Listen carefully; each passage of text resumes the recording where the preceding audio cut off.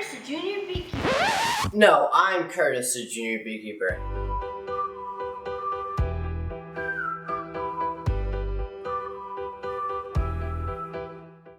What's up, guys? This is Curtis, the junior beekeeper here.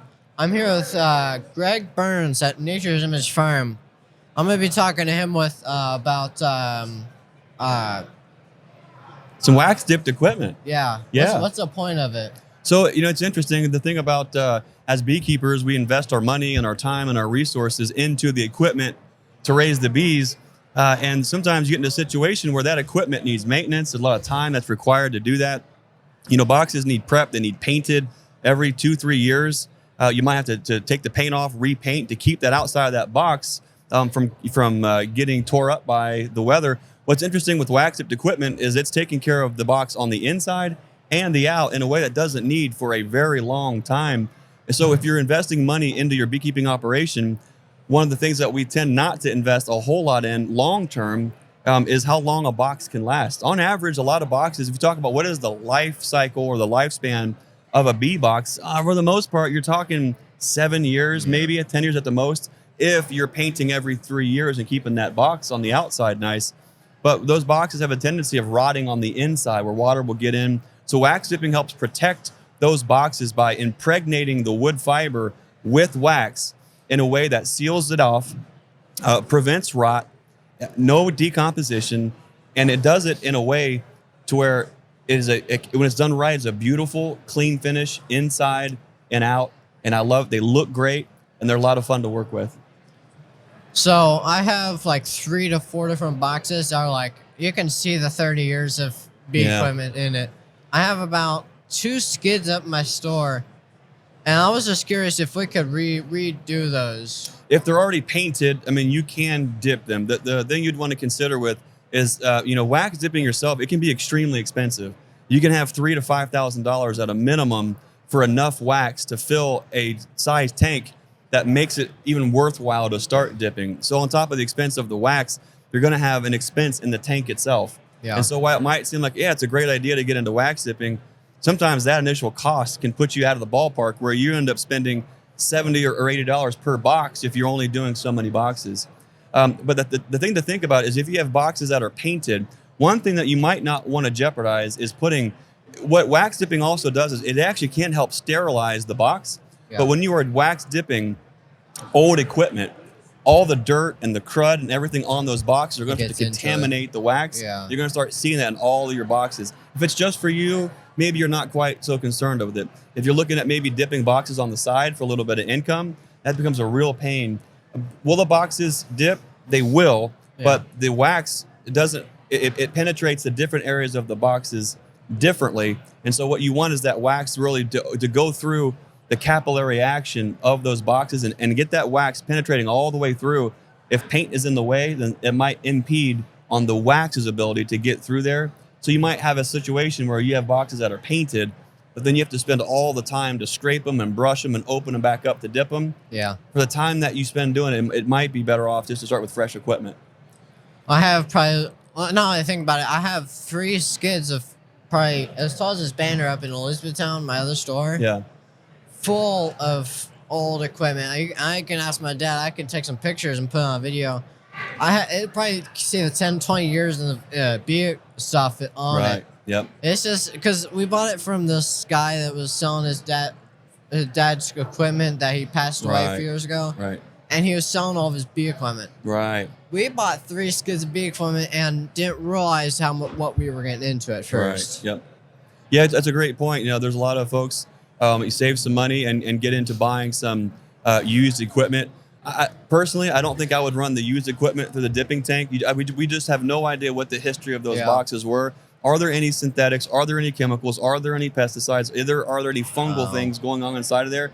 I don't want that to keep transferring from box to box to box or piece to piece to piece. Yeah, so I really think wax dipping makes more sense on new and fresh equipment. However, if you decide in 5 or 10 years you want to dip them again, you can re-dip boxes if they were wax dipped to begin with. But I don't know that they really even need that. A lot of folks who are familiar and have the experience with wax dipping, a lot of these boxes are lasting 20 to 30 years, which is a really long time. Yeah. So if it's done right, the right type of waxes, the right compositions and done the right way, these boxes can last for a very long time. So I wasn't really understanding. So wax dipping is that Right. box? Yep. Does it help them like keep up the nature inside the box? Is that what it does? Well, so the box you're looking at there is the new Propola hive, which has the textured inside that more mimics the natural bee tree. Yeah. So those boxes we assembled and then dipped, and what you have is you've got a dipped box that is really weatherproof. That now, because of the engineering with Premier Bee products on the Propola hive, those grooves and that texture inside of the box now facilitates the bees creating that propolis tree, envelope just like the tree. Okay. Exactly.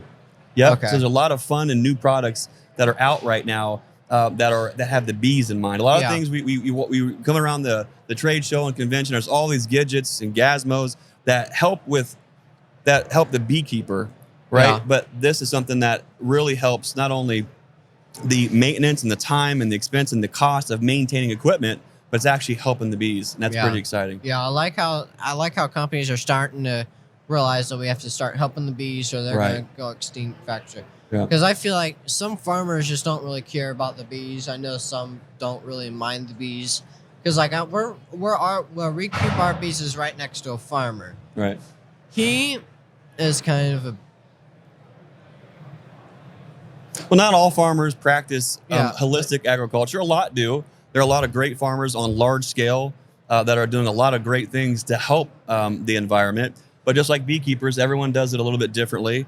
When it comes to business, it's a lot of times about the bottom line. And sometimes farmers are in a tight spot because they have a product that they have to produce. And sometimes that takes inputs to the crop that may not be bee friendly. Yeah. And so I think that's just part of the nature of this beekeeping world that we live in. So all we can do, we can't control all the things that we can't control. No. But what we can do is focus on the things that we have influence over. That's keeping our bees as healthy as possible, doing our best as beekeepers, and being responsible stewards of the land. Yeah. Are there any, I might know a bit more about this, are there any more friendly bee pesticides? Like honeybee? Yeah, we know, have family who is into agriculture and farming large scale. Yeah. I really can't speak to that personally. There is so much information out there one way or the other. You got to be careful, because as soon as you Google farmers are bad for bees or farmers are great for bees, you can go in any direction that you want to. It'll tell you a bunch of different stuff, like this way or this way and this way. I think the main thing is rather spending so much energy finding all the ways that those are hard on bees. Let's focus on the things that we can control. Let's start one hive at a time and do the best we can there. Yeah. Is there anything else you'd like to talk about? No, Kurt, it's great seeing you. Yeah. We got to hang out last year, and I'm sorry we haven't gotten that video out yet. I'm looking forward to getting that out at some point. But I enjoy what you're doing and your passion as a young man for beekeeping in this industry. And we appreciate you helping us load some orders and things back there. So it's been fun hanging out with you. And so I just appreciate you here spending some time here at the Nature's Image Farm booth and the Endura Hive wax dipped stand. We really appreciate that, and thanks for the opportunity to sit down and talk to you about bees. Yeah, of course. I'll see you next time. Okay, we'll see you. Thanks for watching. Remember, be the lighthouse. See ya. And be the change you want to see. See you guys.